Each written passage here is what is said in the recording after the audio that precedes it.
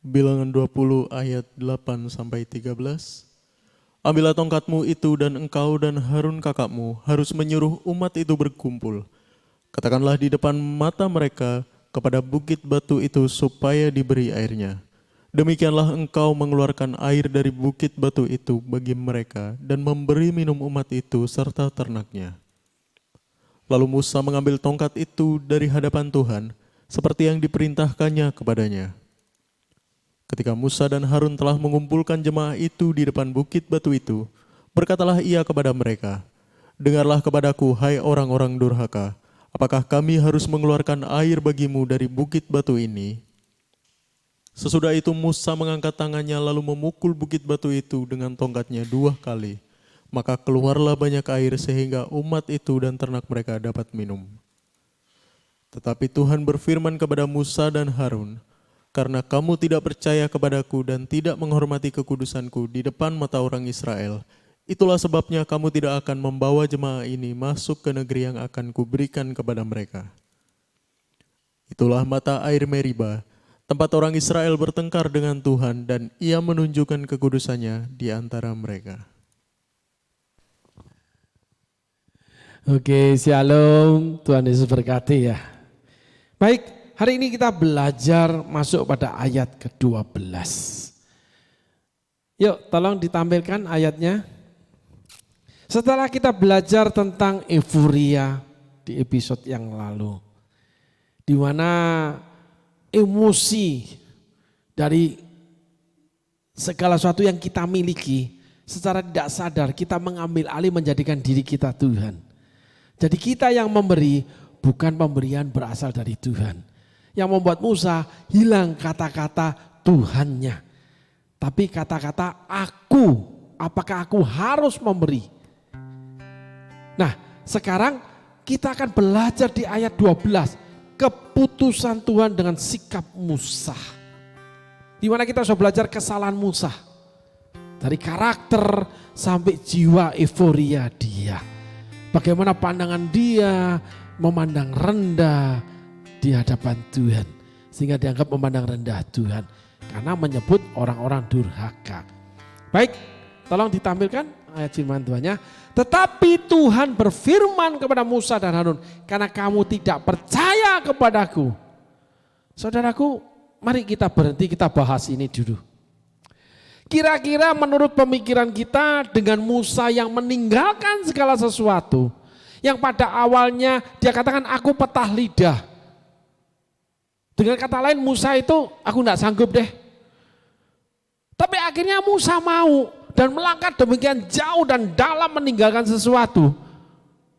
Tapi pada titik akhir dia dianggap tidak percaya kepada Tuhan. Setelah kita belajar tidak menghormati, dari mana? Itu namanya roh perbantahan, hati yang selalu berbantah. Loh Tuhan kan gini, Tuhan gak cukup, Tuhan gak perlu, Tuhan gak bisa orang ini diberi, Tuhan biar yang lain. Pada Tuhan menetapkan kita yang memberi. Tuhan menetapkan Musa harus ngomong pada batu. Musa pukul 2 kali. Di awal ketika dipanggil, Musa ngomong sama Tuhan, aku petah lidah. Padahal Musa melihat mujizat rumput yang ada apinya tapi tidak terbakar. Lalu ada suara mengatakan, copot kasutmu karena tanah itu kudus. Allah pertama kali menyatakan Musa, mengajar Musa tentang kekudusan Allah. Sehingga pada titik akhir ketika Allah memutuskan, Musa dianggap tidak percaya. Itu diangkat kasus kekudusan. Kamu tidak menghormati kekudusanku. Nah, kita lihat sejarahnya, story-nya. Kita harus lihat sejarah story kita ketika sesuatu mendatangi kita oleh karena penghakiman Tuhan. Peristiwa yang terjadi dalam hidup kita oleh karena karakter di dalam kita yang seringkali kita tidak sadari dan itu terus kita lakukan di mana Allah memberikan penghakiman yang terakhir. Ada penghakiman yang langsung seperti Daud, kasus Batseba. Ada penghakiman namanya tidak ada pengampunan yang terakhir, kasus Saul. Kalau Musa dihakimi, diputuskan, akhir. Tidak diberi kesempatan untuk berubah. Saudara harus kenali karakter Tuhan ini. Musa terus menerus berbantah dalam segala hal, dalam perjalanannya bangsa Israel. Walaupun terlihat baik, walaupun tidak Tuhan ngikutin, nurutin, walaupun kita terus dipakai, walaupun kita terus diberkati, walaupun pelayanan makin hebat, walaupun kekayaan kita makin banyak, walaupun pekerjaan makin banyak, apapun itu tidak menyatakan penilaian Allah sudah sempurna dalam hidupmu. Hati-hati saudaraku, kisah Musa di Meribah itu benar-benar harus menjaga hati kita. Bahwa kita bisa tetap salah atau kita punya salah yang belum diperhitungkan Tuhan. Kok pastor ini bicara salah terus? Ya memang saya diajar Tuhan, diberikan materi tentang kesalahan. Gitu. Yang lain, hamba-hamba Tuhan lain yang diberikan materi yang lain. Saling melengkapi tubuh Kristus. Tetapi berita tentang kesalahan itu adalah memperingatkan kita. Apabila kau baik-baik mendengarkan suara Tuhan Allahmu dan dengan setia melakukannya. Ulangan 28 ayat 1. Ayat 14 mengatakan apabila kau tidak baik-baik mendengarkan suara Tuhan Allahmu dan dengan tidak setia melakukannya. Dua yang berbeda. Yang pertama, segala berkat ini akan menjadi bagianmu. Yang kedua, segala kutuk ini akan mencapai engkau. Berkat datang kalau baik-baik mendengar suara Tuhan dan setia menjadi bagian kita. Kita boleh pilih yang mana yang kita mau. Itu didukung dengan ayat firman Tuhan. Tuhan bicara sama Daud melalui Nabi Nathan. Ini itu sudah aku beri kepada kamu. Kalau kurang minta pasti aku beri. Kenapa kamu berbuat jahat terhadap Uria? Ini itu diberi kalau kurang minta. Itu garis bawahi saudaraku. Apabila engkau baik-baik mendengarkan suara Tuhan Allahmu dan dengan setia melakukannya. Maka segala berkat ini akan mendatangi engkau dan menjadi bagianmu. Seperti disajikan, kamu pilih makanan sedemikian banyak. Kamu mau cicipi atau boleh. Kamu mau habisin semua boleh. Kamu mau habisin sebagian, besok lagi sebagian boleh. Tapi apabila kamu tidak baik-baik mendengarkan suara Tuhan Allahmu dan tidak dengan setia melakukannya, maka segala kutuk ini akan mendatangi engkau dan mencapai engkau. Terus saudara baca kitab Ulangan 28, itu ada namanya keturunan. Sehingga banyak orang yang hidup di dalam pelayanan, hidup di dalam sebuah pelayanan, hidup di dalam rumah ibadah, setiap beribadah, hidupnya kacau. Ada seseorang yang hidup di dalam sebuah pelayanan, hidup di sebuah tempat ibadah, tetapi akhir hidupnya, keturunannya mendapatkan hal-hal yang tidak baik. Loh, itu kan anaknya itu. Papanya itu kan di pelayanan itu. Loh, papanya pelayan Tuhan loh. Kenapa anaknya jadi gini? Bahkan tokoh-tokoh pelayanan. Kamu tahu enggak? Anaknya yang kecil itu begini. Kamu tahu enggak? Itu anak mantunya mati tabrakan oleh karena hamba Tuhan ini. Loh, kok bisa? Nah, gimana enggak kalau bawa mobil itu 200 kilo per jam? Walaupun mobilnya mobil super mahal. Sehingga ketika bertabrakan dengan truk besar, ya tetap penyet. Karena euforia arogansi ketika diberikan Tuhan mobil mahal. 200 kilo per jam. Coba bayangin saudaraku. Kena pasti habis. Bener, anak mantunya meninggal. Yang bawa mobil papa mertua yang hamba Tuhan hebat. Ada lagi gereja yang dibangun luar biasa. Begitu namanya pembangun ini dipanggil pulang, keluarga berantakan. Anak dengan orang tua, istri yang ditinggalkan, ibu rohani, ibu gembala, di mana mendapat perlawanan dari anak sendiri. memisahkan diri dari pelayanan orang tua, lalu membangun pelayanan sendiri, membawa banyak hal di dalam gereja, membuat akhirnya berantakan pelayanan awal, sehingga segala sesuatu yang dibangun termasuk hal-hal yang lain itu akhirnya tutup satu persatu, tidak sanggup lanjut lagi. Bukan saling menopang. Pertanyaannya, kan Tuhan bicara sama hamba Tuhan itu. Kan Tuhan pakai hamba Tuhan itu. Inilah salah satu kemungkinannya seperti Musa. Kalau Musa dianggap tidak percaya karena selalu berbantah dengan Tuhan. Kita nggak tahu hubungan pribadi seseorang dengan Tuhan, hanya Tuhan yang tahu. Kita nggak tahu pribadi kita senilai apa di hadapan Tuhan dengan sempurna kita mengetahuinya.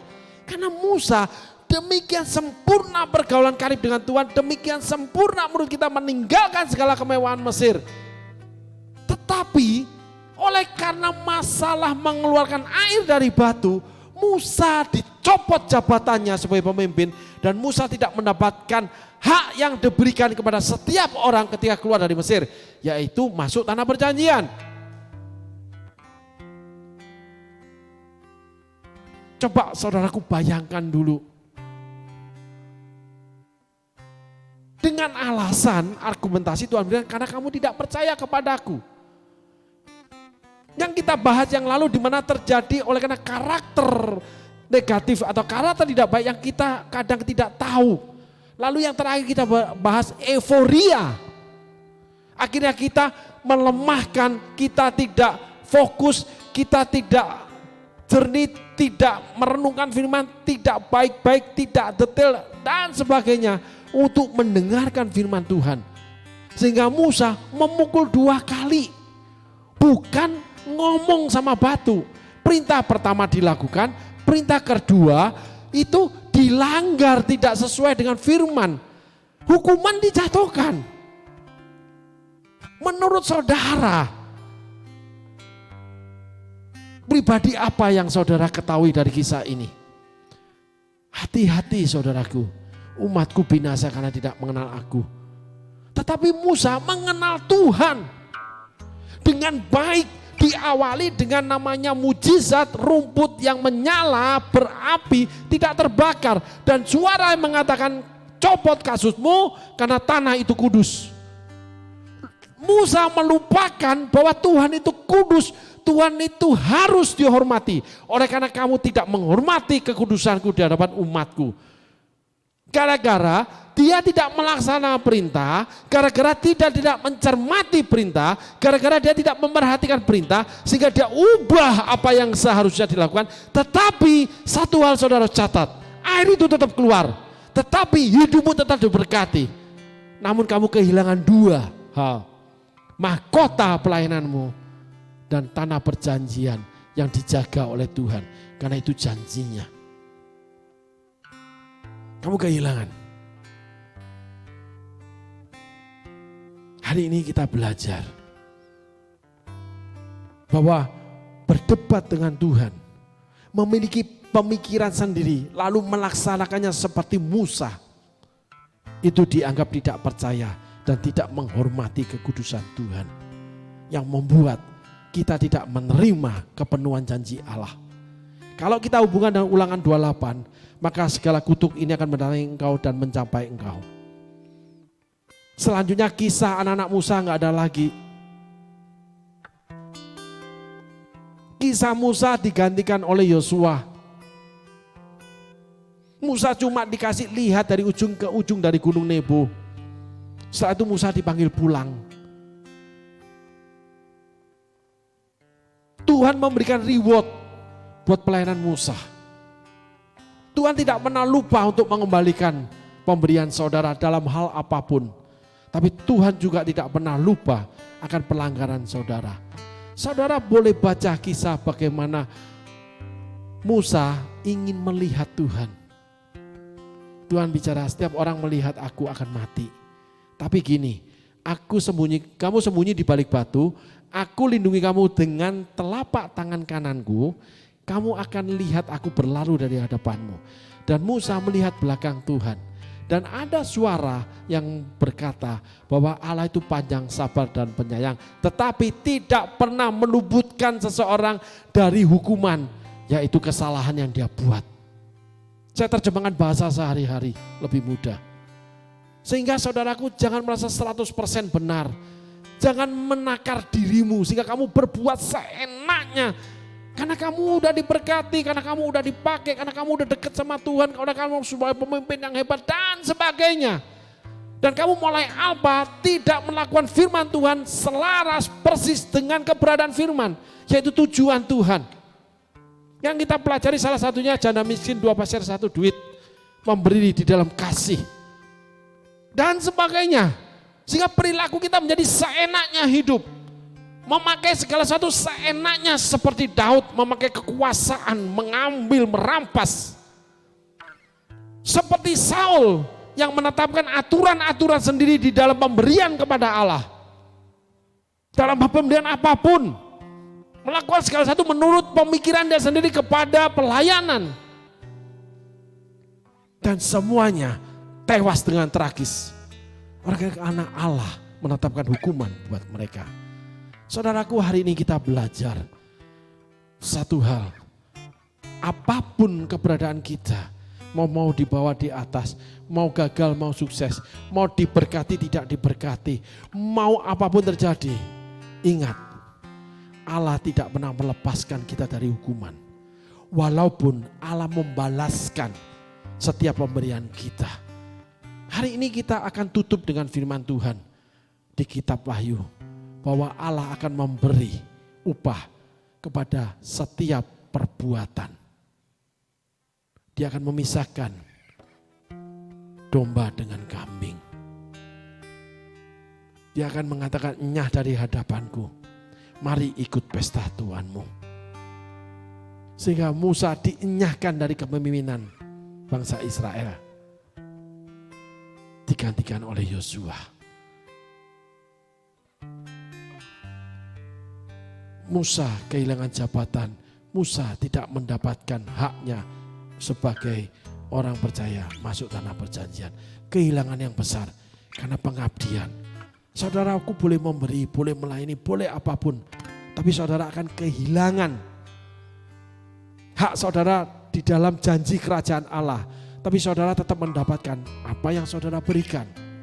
Tetapi di dalamnya tidak ada hak saudara dalam kerajaan Allah. Ada yang hilang dalam kehidupan saudara. Itulah firman Tuhan yang kita pelajari dari kisah Musa. Biarkan firman hari ini menjadi bahan renungan kita. Untuk kita perhatikan dengan baik-baik. Sehingga pada saatnya nanti Roh Kudus akan ingatkan kita ketika kita memandang rendah. Lalu kita berperilaku tidak percaya dengan berbantah kepada Tuhan. Karena tidak menghormati kekudusan Tuhan. Dengan cara melakukan segala sesuatu dengan seenak kita sendiri. Amin saudaraku, Tuhan Yesus berkati. Terima kasih.